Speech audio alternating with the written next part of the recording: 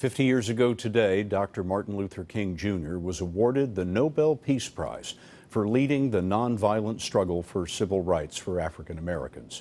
He did not live to see all the changes that the movement would bring, but Dean Reynolds found some in Chicago. I accept the Nobel Prize for Peace. On that day back in 1964, Martin Luther King had a question. I must ask why this prize is awarded to a movement which is beleaguered and committed to unrelenting struggle. King knew the struggle he'd been waging in the South was far from over.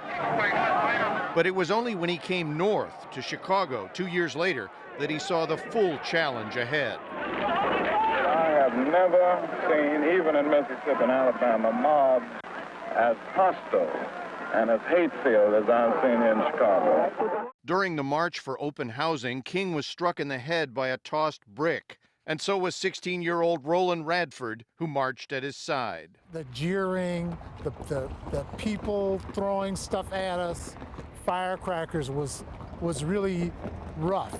This on the city's south side in what was then the all-white neighborhood of Gage Park. The whole idea was to draw attention to the fact that there weren't any African Americans in this area.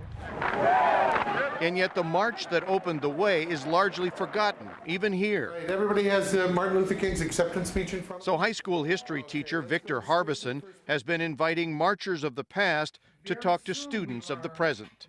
Do you think that the kids that you're teaching today see these people as extraordinarily courageous?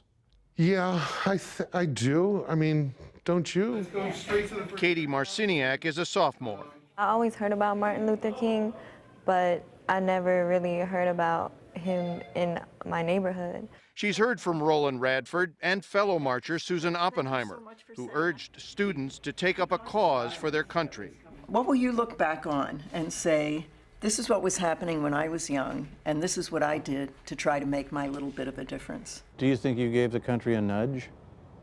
That's a wonderful way to think about it. A pebble in the river, yeah. The ripples from that time are still being felt. And as King said, one day men and women will know and children will be taught that we have a finer land. Thank you. Dean Reynolds, CBS News, Chicago.